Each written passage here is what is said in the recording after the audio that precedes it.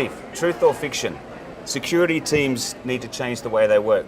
I think that's probably the wrong question to be asking or posing around this table. I think to organizations, employees need to change the way they approach security, not just the security team. I do think it's everything, right? The businesses are changing what they're doing and how they're going to market, what kind of products they're building. Therefore, our employees, our developers have to change. Our security teams, quite frankly, we've been doing things a certain way for a certain amount of time. We don't like change. And so I think we have to sort of instill and motivate our security teams to want to change and to align with the business and the employees and how they're trying to do their jobs. This is an area that I'm extremely passionate about. I think I love the security industry. I love the people in it. I actually want to see them be more social and share some of their ideas with the rest of the organization. I think you want us to come out of the back room? Is that what you're saying? That's absolutely it. And I want my team to do the same as well. And the people that I integrate and work with, I think that's absolutely critical. And education of the organization to me and sharing of that data. I mean, the security guys get unique insight into data. Their ability to share that with their colleagues in different departments, I think, is absolutely critical. Absolutely. And it really aligns to me that security have got to become the yes people. They've got to allow the business to grow and exceed expectations. I can remember times where my security team saw an incident and they didn't want to go tell IT how to fix it or why it was happening. They just said, go fix it.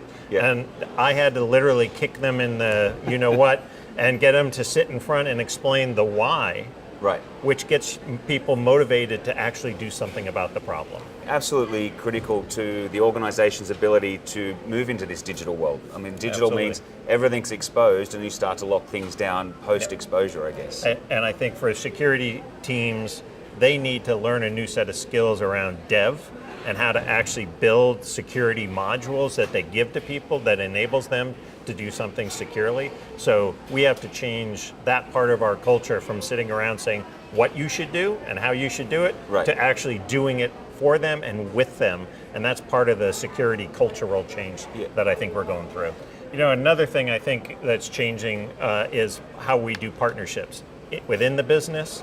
And how we're engaging and working with them and enabling them, but also how we look at our external partners and what skills we bring, how we exchange, share knowledge, etc. I think all of that's changing. Are you seeing that? Absolutely. And I just look at our relationship between the two companies. I think more than ever we're closer together, and it's and I think that comes with you see certain skill sets in my organization. I see skill sets that I can use in your organization. I think.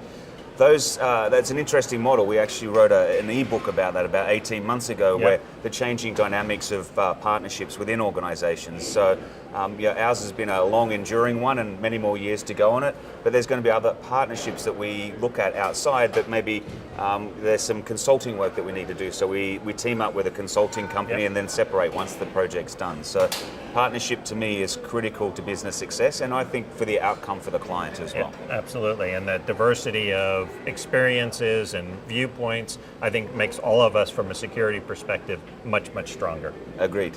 And I think another area to look at around that is, within the security industry, there is so many vacancies, and all of our partners and colleagues and companies that we work with, everybody's looking for people. And it's funny, when I'm looking for people, I approach people within Dimension Data and say, I've got a specific role, I think you'd be great for it. The first thing they say is, I don't understand security. I think everybody fundamentally understands security. You go home at night, you open the door, maybe you lock it, maybe you're in a country you don't need to lock it. But there's still a concept of we're putting ways to inhibit people getting into your particular house. And it's I'm struggling to overcome that, to be quite honest. Within Dimension Data, where we have a culture of secure by design. Seeing the same issues? I think two things. One, security has become sort of a sexy thing to be a part of.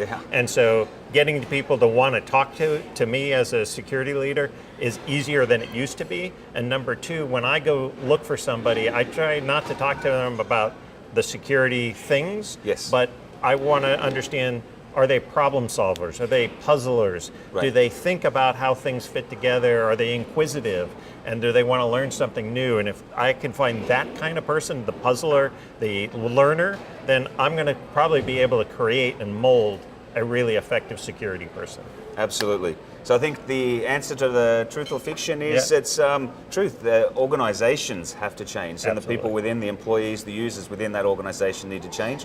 And I think the security teams need to be more integrated into that model. Absolutely. Steve, thank you. Cheers. Cheers.